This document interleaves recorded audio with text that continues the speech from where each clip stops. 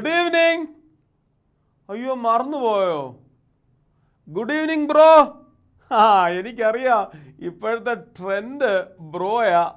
നമുക്ക് ഒരുമിച്ച് പാടുന്ന, ക്രിസ്തുവിൽ ഒന്നായി നിലകൊള്ളുന്ന, കർത്താവിൽ ഒന്നായി തീരുന്ന വിശ്വാസ സമൂഹം, സഹോദരന്മാർ ഒത്തൊരുമിച്ച് വസിക്കുന്നത് എത്ര ശുഭവും എത്ര മനോഹരവുമാകുന്നു. പ്രിയമുള്ള കുഞ്ഞുങ്ങളെ, ഈ ജീവിതയാത്രയിൽ ക്രിസ്തു നൽകുന്ന കരുത്ത് വലുതാണ്. നമ്മൾ പാട്ട് പഠിക്കുമ്പോഴും പാഠങ്ങൾ വായിക്കുമ്പോഴും കേൾക്കുമ്പോഴും ഒക്കെ ആ കരുത്താണ് നമ്മളെ നിലനിർത്തുന്നത്. നമ്മുടെ ഈ നാളുകളിലെ ബട്ടർഫ്ലൈസ് എല്ലാം തന്നെ, ഈ ബട്ടർഫ്ലൈസ് എപ്പിസോഡിൽ കൂടെ അനേക കുഞ്ഞുങ്ങൾ സാക്ഷീകരിച്ചിട്ടുണ്ട്, യേശു ക്രിസ്തുവിനെ ഞാൻ സ്വന്തം രക്ഷിതാവായി സ്വീകരിച്ചു. അങ്ങനെയെങ്കിൽ നമ്മുടെ ഈ ബട്ടർഫ്ലൈസ് അനേകർക്ക് വെളിച്ചമായി തീരുന്നു. നമ്മുടെ ആദ്യത്തെ സെഗ്മെൻറ്റ് ഒന്നായി പാടാം.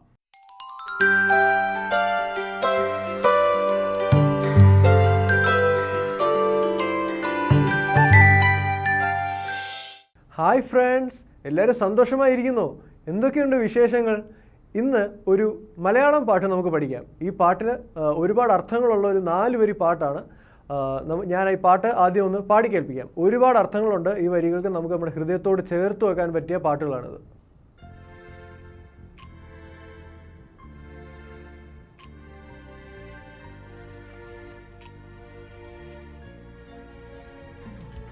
എന്നിടയെന്നൽ തുണയായി ചാരിയുള്ളതിന ഒരു നാളും ഏകനായി തീരില്ല ഞാൻ.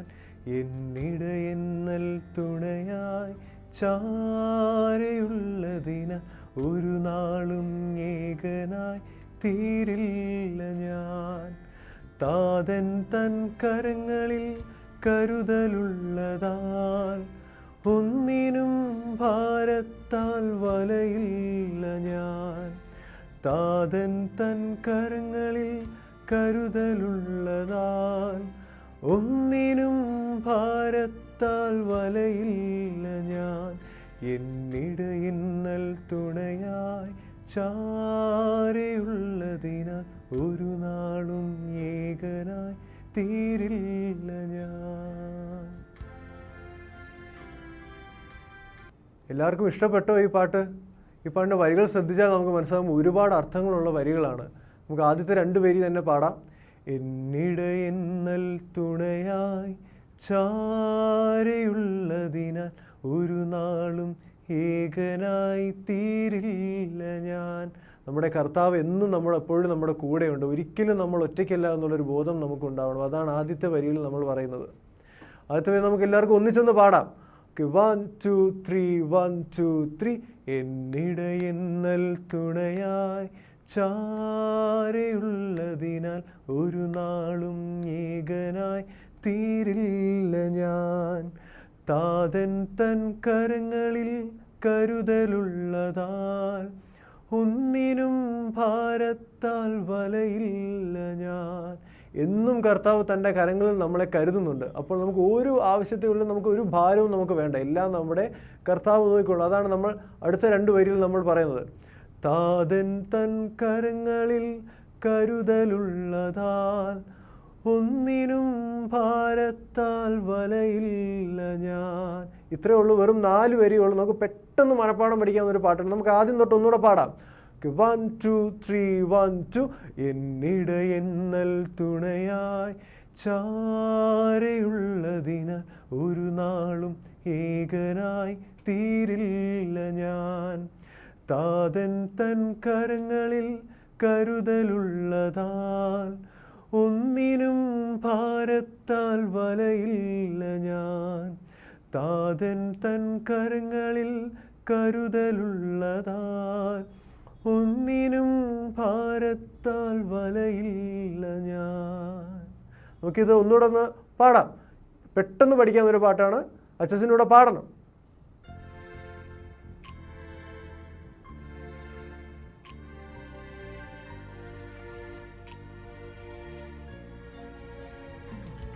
എന്നിടയെന്നൽ തുണയായി ചാരിയുള്ളതിന ഒരു നാളും ഏകനായി തീരില്ല ഞാൻ.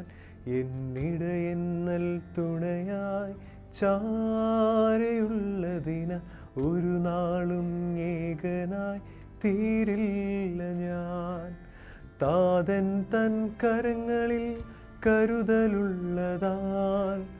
ഒന്നിനും ഭാരത്താൽ വലയില്ല ഞാൻ. താതൻ തൻ കരങ്ങളിൽ കരുതലുള്ളതാൽ ഒന്നിനും ഭാരത്താൽ വലയില്ല ഞാൻ. എന്നിടയിന്നൽ തുണയായി ചാരയുള്ളതിനാൽ ഒരു നാളും ഏകനായി തീരില്ല ഞാൻ. അപ്പോൾ ഈ പാട്ട് വളരെ എളുപ്പമല്ലായിരുന്നു പഠിക്കാൻ. വെറും 4 വരിയേ ഉള്ളൂ. നമ്മുടെ കൂട്ടുകാർക്കും നമ്മുടെ എല്ലാ ഫ്രണ്ട്സിനും ഇത് പെട്ടെന്ന് പാടി നമുക്ക് പഠിപ്പിക്കാൻ പറ്റും. അപ്പോൾ അടുത്ത എപ്പിസോഡിൽ പുതിയൊരു പാട്ടുമായി അച്ഛൻ വേഗം വരാം കേട്ടോ. അതുവരെ ബായ്.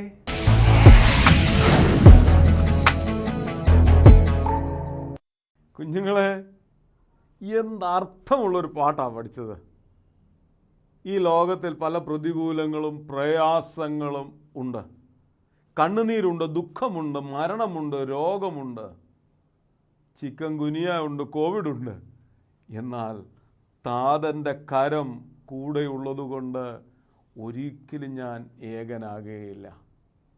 കുഞ്ഞുങ്ങളെ, ഇതാണ് നമ്മുടെ ബലം. എൻ്റെ കർത്താവ് എൻ്റെ കൂടെ ഉള്ളതുകൊണ്ട് I have nothing to regret, nothing to lose. അങ്ങനെയെങ്കിൽ എനിക്ക് കരേണ്ട ആവശ്യമില്ല. കാരണം എൻ്റെ താതൻ എൻ്റെ കൂടെയുണ്ട്. എൻ്റെ താതൻ്റെ കരം എന്നെ നടത്തുന്നു. കുശവൻ്റെ കൈ 2 സൈഡിലും ഉള്ളതുകൊണ്ട് ഉടഞ്ഞു പോകാതെ ഇന്നയോളം യാത്ര ചെയ്യുന്നു. നമുക്ക് അടുത്ത സെഗ്മെൻറ്റിലേക്ക് പോകാം, കഥയിലൂടെ.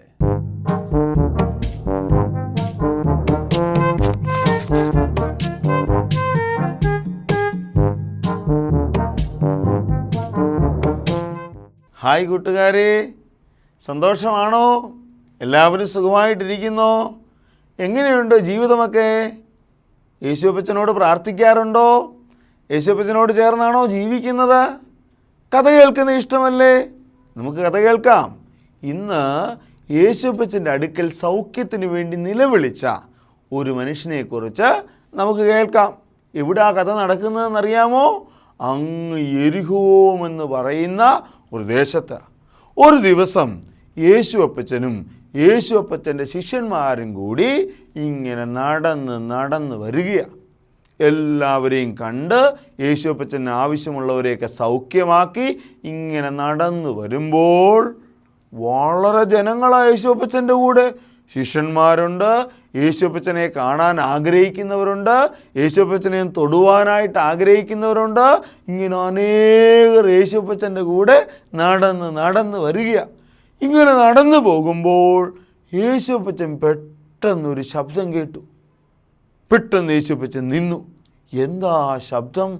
ആരോ സൗഖ്യത്തിന് വേണ്ടി നിലവിളിക്കുക കിടന്ന്. യേശുവേ ദാവീദ് പുത്ര എന്നോട് കരുണ തോന്നണമേ, യേശുവേ ദാവീദ് പുത്ര എന്നോട് കരുണ ഒരു നിലവിളി ശബ്ദം യേശുപ്പച്ചൻ കേൾക്കുന്നു. നമുക്കറിയാമല്ലോ, നമ്മുടെ യേശുപ്പച്ചൻ ആരെങ്കിലും നിലവിളിച്ചാൽ ആ നിലവിളിയെ കടന്ന് പോകുന്നവനല്ല, മറിച്ച് നിലവിളിയെ കേൾക്കുന്നവനാണ് ആര്? നമ്മുടെ യേശുപ്പച്ചൻ. നമ്മുടെ കർത്താവിനോട്, നമ്മുടെ യേശുപ്പച്ചനോട് നമ്മൾ നിലവിളിച്ചാൽ നമ്മുടെ നിലവിളിയെ ആര് കേൾക്കുന്നവനാ? നമ്മുടെ യേശുപ്പച്ചൻ കേൾക്കുന്നവനാ. യേശുപ്പച്ചൻ നിന്നു. എന്നിട്ട് പറഞ്ഞു, ശിഷ്യന്മാരോട് പറഞ്ഞു, ആരാ നിലവിളിക്കുന്നത്? അവനെ എൻ്റെ അടുക്കൽ കൊണ്ടുവരുവാൻ. അങ്ങനെ നോക്കിയപ്പോൾ, യേശുപ്പച്ചൻ നോക്കിയപ്പോൾ ഒരു കുരുടനായ മനുഷ്യനെ ആര് കൊണ്ടുവരികയാ? ഈ ശിഷ്യന്മാർ താങ്ങിയെടുത്തുകൊണ്ട് യേശുപ്പച്ചൻ്റെ അടുക്കൽ കൊണ്ടുവന്നു. യേശുപ്പച്ചൻ അവനോട് ചോദിച്ചു, നീ എന്തിനാ നിലവിളിച്ചത്? എന്തിനു വേണ്ടിയാണ് നിലവിളിച്ചത്? എന്താ നിൻ്റെ ആവശ്യം? ഉടനെ കുരുടനായ മനുഷ്യൻ പറഞ്ഞു, അവൻ്റെ പേരാണെന്ത്? ബർത്തിമായി എന്ന അവൻ്റെ പേര്. ആ കുരുടനായ മനുഷ്യൻ പറഞ്ഞു, യേശുപ്പച്ചാ എനിക്ക് കാഴ്ചയില്ല, എനിക്കൊന്ന് കാഴ്ച വേണം. അവൻ്റെ ആവശ്യം ആരോട് പറഞ്ഞു? യേശുപ്പച്ചനോട് പറഞ്ഞപ്പോൾ യേശുപ്പച്ചൻ പറഞ്ഞു, ശരി, നിനക്ക് കാഴ്ച കിട്ടി. യേശുപ്പച്ചൻ അവനെ തൊട്ട് സൗഖ്യമാക്കി. അവന് കാഴ്ച കിട്ടി. കാഴ്ച കിട്ടിയപ്പോൾ യേശുപ്പച്ചൻ അവനോട് ഒരു കാര്യം കൂടെ പറഞ്ഞു, അതായത് നിനക്ക് കാഴ്ച കിട്ടി, ഇനി നീ നിൻ്റെ ഭവനത്തിലേക്ക് പൊക്കോളാൻ പറഞ്ഞു. എന്നാൽ ഒരു കാര്യമുണ്ട്, ഇവനോട് യേശുപ്പച്ചൻ പോകാൻ പറഞ്ഞിട്ട് ഇവൻ എന്തു ചെയ്തില്ല? ഈ സൗഖ്യം പ്രാപിച്ച ഈ കുരുടനായ മനുഷ്യൻ ഒരിക്കലും യേശുപ്പച്ചനെ വിട്ട് പോയില്ല. പിന്നീട് നമ്മൾ പഠിക്കുന്നുണ്ട്, അവൻ യേശുപ്പച്ചൻ്റെ കൂടെ സഞ്ചരിച്ചു. അവൻ യേശുപ്പച്ചനോട് നിലവിളിച്ചപ്പോൾ യേശുപ്പച്ചൻ അവന് സൗഖ്യം കൊടുത്തു. എന്നാൽ സൗഖ്യം കൊടുത്തിട്ട് അവൻ ഒരിക്കലും യേശുപ്പച്ചനെ വിട്ടു പോകുവാനായിട്ട് ഇടയായില്ല, ആഗ്രഹിച്ചില്ല. മറിച്ച് അവൻ്റെ ജീവിതം ഇനി ആരുടെ കൂടെ? യേശുപ്പച്ചൻ്റെ കൂടെ സഞ്ചരിക്കുവാൻ, യേശുപ്പച്ചൻ്റെ കൂടെ നടക്കുവാനായിട്ട് അവൻ തീരുമാനിച്ചു. ഈ കഥയിൽ നമുക്ക് എന്തുവാ മനസ്സിലായത്? നിലവിളിയെ കേൾക്കുന്ന ഒരു ദൈവമുണ്ട്. നമ്മുടെ നിലവിളിയെ കേൾക്കുന്ന ഒരു യേശുപ്പച്ചനുണ്ട്. നിങ്ങൾക്ക് എന്തെങ്കിലും പ്രയാസമുണ്ടെങ്കിൽ ആരോടാണ് നിലവിളിക്കേണ്ടത്? യേശുപ്പച്ചനോട് പറയണം, യേശുപ്പച്ച എനിക്ക് പഠിക്കാൻ ബുദ്ധി തരണം, യേശുപ്പച്ച എനിക്ക് നല്ല കൂട്ടുകാരെ വേണം, യേശുപ്പച്ച എൻ്റെ അസുഖം മാറ്റണം. യേശുപ്പച്ചനോട് നിലവിളിക്കുവാൻ, പ്രാർത്ഥിക്കുവാൻ നമ്മളെക്കൊണ്ട് സാധിക്കണം കൂട്ടുകാരെ. അങ്ങനെ പ്രാർത്ഥിച്ചാൽ നമ്മുടെ നിലവിളിയും ആര് കേൾക്കും? നമ്മുടെ യേശുപ്പച്ചൻ കേൾക്കും. അതുകൊണ്ട് മടുത്തു പോകാതെ പ്രാർത്ഥിക്കുവാൻ നമ്മളെക്കൊണ്ട് സാധിക്കണം. അതുമാത്രമല്ല, മറിച്ച് യേശുപ്പച്ചൻ നമുക്ക് നന്മയും അനുഗ്രഹവും നൽകുമ്പോൾ ഒരിക്കലും നന്ദി പറഞ്ഞിട്ട് മടങ്ങിപ്പോകുവാനായിട്ട് ഇടയാകല്ലേ. മറിച്ച് എന്തു ചെയ്യണം? യേശുപ്പച്ചനോട് ചേർന്ന് നടക്കുവാൻ നമ്മളെ കൊണ്ട് സാധ്യമാകണം. ദൈവം നമുക്ക് അനുഗ്രഹം നൽകുമ്പോൾ, ദൈവം നമുക്ക് നന്മകളെ നൽകുമ്പോൾ, ദൈവം നമുക്ക് അനുഗ്രഹങ്ങളും നന്മകളും നൽകുമ്പോൾ ആ ദൈവത്തോട് ചേർന്ന് നമ്മുടെ ജീവിതങ്ങളെ ക്രമീകരിപ്പാൻ കൂട്ടുകാരെ നമുക്ക് സാധ്യമായി തീരേണ്ടത് ആവശ്യമാണ്. അതുകൊണ്ട് ജീവിതാനുഭവങ്ങളിൽ ദൈവത്തോട് നിലവിളിക്കുവാൻ, ദൈവിക നന്മകൾ അനുഭവിക്കുമ്പോൾ അത് ദൈവത്തോട് ചേർന്ന് സഞ്ചരിപ്പാൻ നമ്മുടെ ജീവിതങ്ങളെ നമുക്കൊന്നൊരുക്കാം. അതിന് ദൈവം നമ്മളെ ഓരോരുത്തരെയും എപ്പോഴും സഹായിക്കുകയും ചെയ്യുമാറാകട്ടെ. കഥ ഇഷ്ടമായോ? അങ്ങനെയെങ്കിൽ ഇനി ദൈവത്തോട്, യേശുപ്പച്ചനോട് ചേർന്ന് ജീവിക്കുമോ? യേശുപ്പച്ചനോട് ചേർന്ന് സഞ്ചരിക്കുമോ? അതിന് നമ്മുടെ ജീവിതങ്ങളെ നമുക്ക് ഒരുക്കാം. അതിന് ദൈവം നമ്മളെ ബലപ്പെടുത്തട്ടെ. മറ്റൊരു കഥയുമായി നമുക്ക് അടുത്ത എപ്പിസോഡിൽ കാണാം. അതുവരെ ബായ്.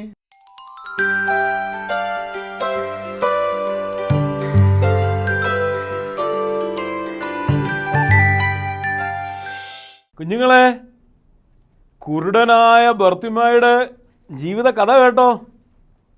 അവന് കാഴ്ചയില്ലായിരുന്നു, സാധ്യതകളെല്ലാം അസ്തമിച്ചവനായിരുന്നു, ഇല്ലയോ? കണ്ണില്ല, ഒന്നും കാണാൻ പറ്റത്തില്ല, ആരെക്കുറിച്ച് അറിയത്തില്ല, കേൾക്കുന്നത് മാത്രമേ ഉണ്ടായിരുന്നുള്ളൂ. പക്ഷെങ്കിൽ അവൻ്റെ സാധ്യതകൾ, അവൻ്റെ പരിമിതികൾ എന്താണെന്ന് അവന് കൃത്യമായി അറിയാമായിരുന്നു. അതുകൊണ്ട് തന്നെയാണ് പരിമിതികളുടെ നടുവിൽ അവൻ നിലവിളിച്ചത്, ദാവീദ് പുത്ര എന്നോട് കരുണ തോന്നണമേ. നമുക്ക് പരിമിതികളുണ്ട്, പോരായ്മകളുണ്ട്. ഈ പോരായ്മകളുടെ മധ്യത്തിൽ നമുക്ക് നമ്മുടെ കർത്താവിനെ ഒന്ന് നോക്കാം. ദാവീദ് പുത്ര എന്നോട് കരുണ ചെയ്യണമേ. ദൈവമായ കർത്താവേ, നീ എഴുന്നള്ളി വരുമ്പോൾ എന്നെയും ഓർക്കണമേ എന്നുള്ള പ്രാർത്ഥനയോടെ നമുക്ക് ജീവിക്കാം. അടുത്ത സെഗ്മെന്റിലേക്ക് പോകാം. കേൾക്കാം, അനുസരിക്കാം.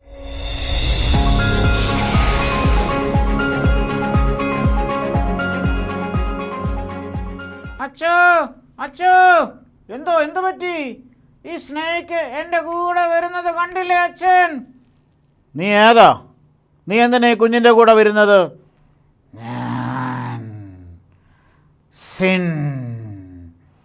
ഞാനിങ്ങനെ ഇടിക്കാൻ വന്നതാ. നീ സിന്നാണെങ്കിൽ എന്തിനാ ഇവനെ പിടിക്കുന്നത്? ഇവൻ യേശുവിൻ്റെ കുഞ്ഞല്ലേ? ഞാൻ സാത്താൻ്റെ കുഞ്ഞ് യേശുവിൻ്റെ കുഞ്ഞല്ലേ? ഞാൻ യേശുവിൻ്റെ കുഞ്ഞാ. ഇവൻ എന്നെ തെറ്റിക്കാൻ നോക്കൂ അച്ഛൻ. നീ എന്തിനാ ഇവനെ തെറ്റിക്കുന്നത്? ഇവൻ സാത്താൻ്റെ കുഞ്ഞാ. ഇവൻ സാത്താൻ്റെ കുഞ്ഞൊന്നുമല്ല, ഇവൻ യേശുവിൻ്റെ കുഞ്ഞാ. നീ എന്തിനാ ഇവൻ്റെ പിന്നാലെ വരുന്നത്? ഞാൻ ഇവനെ കൊണ്ടുപോകും. നീ എവിടെ കൊണ്ടുപോകും? ഞാൻ നരകത്തിലേക്ക് കൊണ്ടുപോകും. കുഞ്ഞെ, മോനൊന്നും വിഷമിക്കണ്ട, യേശുപ്പച്ചൻ മോൻ്റെ കൂടെയുണ്ട് കേട്ടോ. നീ എന്തിനാ നരകത്തിൽ കൊണ്ടുപോകുന്നത്? ഞാൻ സാത്താനാ.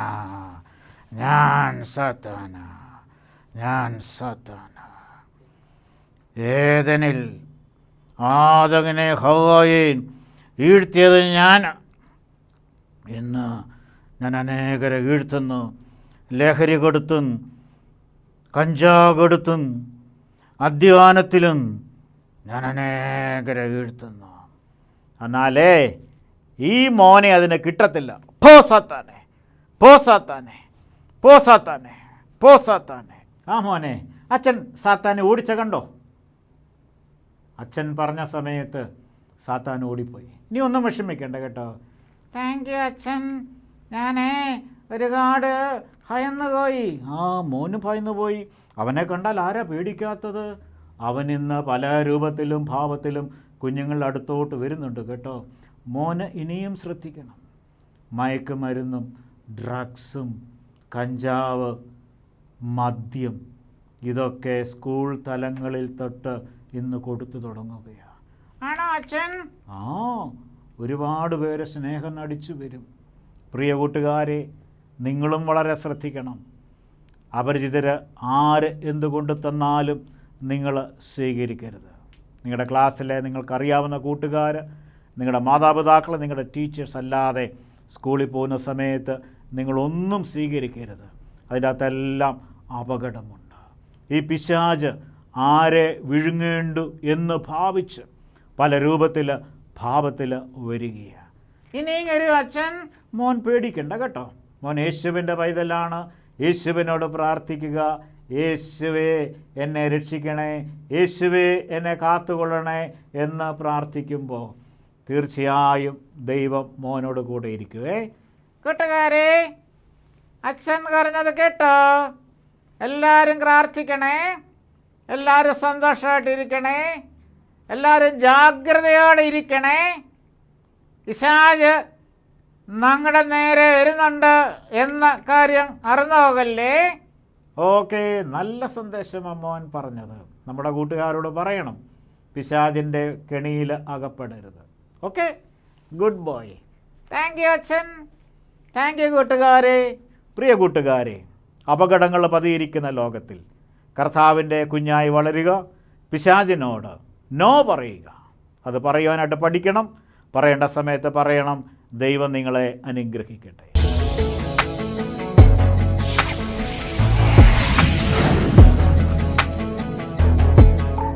ഹലോ, ഞാൻ ചോദിക്കട്ടെ, യേശുവിനെ സ്നേഹിക്കുന്നവർ എത്ര പേരുണ്ട്?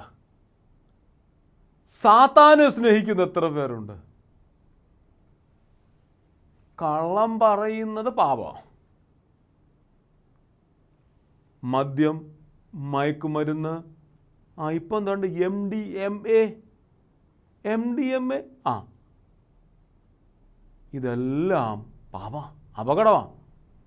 ഇതെല്ലാം സാത്താൻ്റെ കെണികളാണ്. ഈ സാത്താൻ്റെ കെണികളിൽ പെടാതിരിക്കണമെങ്കിൽ എനിക്ക് യേശുവിനെ നോക്കി യാത്ര ചെയ്യണം. ഈ പാപം എന്ന് പറയുന്നത് സാത്താൻ്റെ കെണിയാണ്. ഈ കെണിയിൽ നിന്ന് രക്ഷപ്പെടണമെങ്കിൽ യേശുവിനെ മുറുകെ പിടിക്കണം, നെഞ്ചിലേറ്റണം. നിങ്ങൾ തയ്യാറാണോ? നിങ്ങൾ ക്രിസ്തുവിൻ്റെ കൂടെയോ സാത്താൻ്റെ കൂടെയോ? യെസ്, ക്രിസ്തുവിൻ്റെ കൂടെ. I am with Christ. അത് പറയാൻ സാധിക്കട്ടെ. അടുത്ത സെഗ്മെന്റിലേക്ക് പോകാം. പാടാം, നേടാം.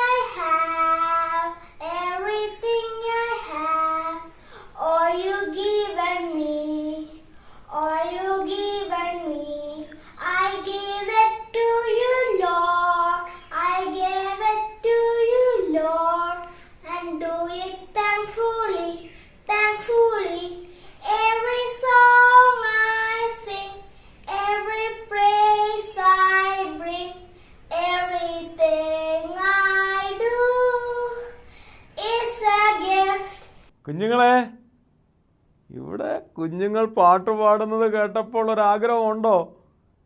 എൻ്റെയും വീഡിയോ വരണമെന്ന് ആഗ്രഹം ഉണ്ടെങ്കിൽ പറഞ്ഞേ. ഉണ്ട്. അങ്ങനെയെങ്കിൽ നിങ്ങളുടെ മൊബൈൽ ഇതേ ഫോമിൽ പിടിച്ച് പാട്ട് റെക്കോർഡ് ചെയ്യണം. 2 മിനിറ്റിൽ കുറയാത്ത ഒരു പാട്ട് റെക്കോർഡ് ചെയ്ത് താഴെ കാണുന്ന നമ്പറിൽ അയച്ചു തരാമെങ്കിൽ അടുത്ത സെഗ്മെൻറ്റിൽ നിങ്ങളുടെ പാട്ട് ഉൾപ്പെടുത്തുന്നതായിരിക്കും. തയ്യാറാണോ? അങ്ങനെയെങ്കിൽ അടുത്ത ആഴ്ച കാണും വരെ ബൈ.